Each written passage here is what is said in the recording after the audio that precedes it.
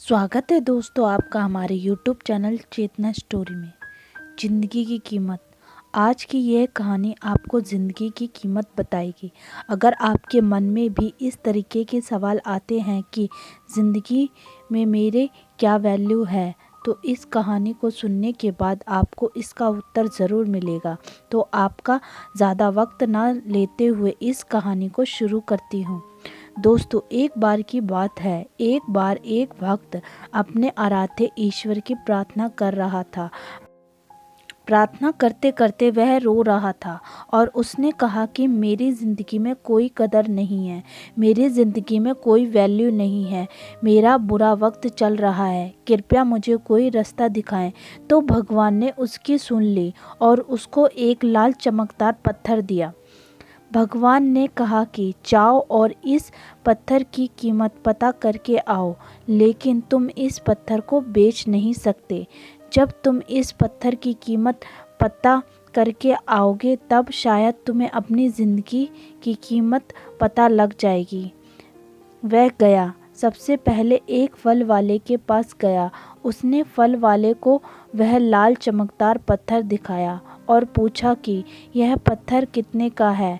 तो उसने कहा कि इसके बदले में मैं तुम्हें मुझसे 1 दर्जन आम ले सकते हो। लेकिन उसने कहा, मैं इस पत्थर को बेच नहीं सकता, मुझे सिर्फ इसकी कीमत पता करनी है। फल वाले ने कहा कि मैं इसके बदले में आपको सिर्फ 1 दर्जन आम ही दे सकता हूँ। आगे चला गया। आगे जाकर एक सब्जी मंडी में पहुँचा। सब्जी मंडी के थोक विक्रेता की दुकान पर वह पहुँचा तो उसने कहा, यह पत्थर कितने का है? उस विक्रेता ने उस पत्थर को ध्यान से देखा और कहा कि इस पत्थर की एवरेज मैं तुम्हें 1 बोरी आलू दे सकता हूँ। भक्त ने कहा, यानी कि आपकी नज़र में इस पत्थर की कीमत 1 बोरी आलू के बराबर है? सब्जी वाले ने कहा, बिल्कुल। भक्त बोला, लेकिन मैं इस पत्थर को बेच नहीं सकता क्योंकि मुझे सिर्फ इसकी कीमत पता करनी है। वह आगे चला गया। वहाँ मार्केट में गया।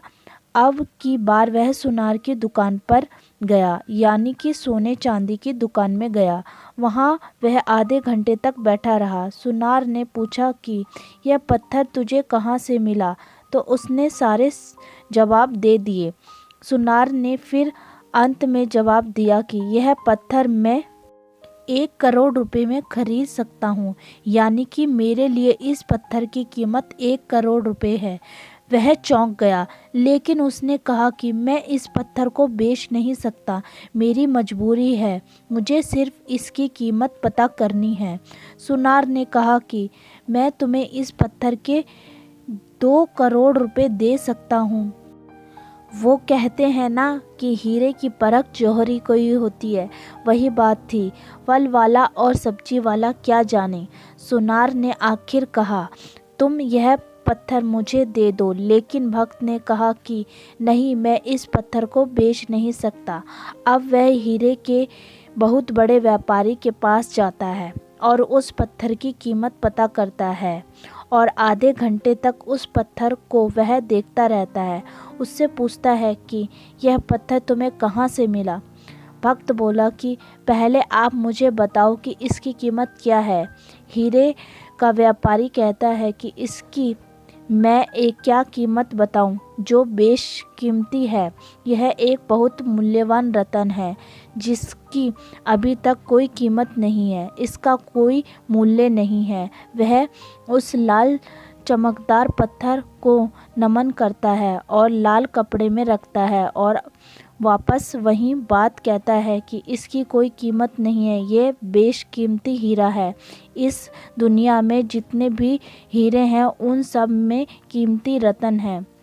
अब वह वापस जाता है और वह भगवान से कहता है कि अब आप बताओ मुझे कि मेरी ज़िंदगी की क्या कीमत है, तो भगवान ने उसे कहा कि तुम गए थे एक फल वाले के लिए इस पत्थर की कीमत अलग थी, एक सब्जी वाले के लिए इस पत्थर की कीमत थी और एक सुनार के लिए इस पत्थर की कीमत अलग थी और हीरे के व्यापारी के लिए इस पत्थर की कीमत अलग थी। तो यही बात तुम्हारी ज़िंदगी में भी लागू होती है, यानी कि तरह तरह के लोगों के लिए तुम्हारी वैल्यू अलग अलग है। तुम्हें अपने आप को निखारना है और अपने आप को संभालना है। आप अपने आप को बेहतर करते जाना है। जैसे जैसे तुम हीरे को बेचने के लिए आगे बढ़े, वैसे वैसे तुम्हें खुद को संवारने के लिए आगे बढ़ते जाना है। जिस दिन तुम हीरे के व्यापारी के संपर्क में आ जाओगे, उस दिन तुम्हारे अंदर का टैलेंट पहचान लिया जाएगा। उसी दिन तुम्हें वह अवसर मिल जाएगा जिसकी तुम्हें तलाश है। तो तुम्हें हताश होने की ज़रूरत नहीं है। तुम्हारी ज़िंदगी की कीमत उसी लाल पत्थर की कीमत के बराबर है।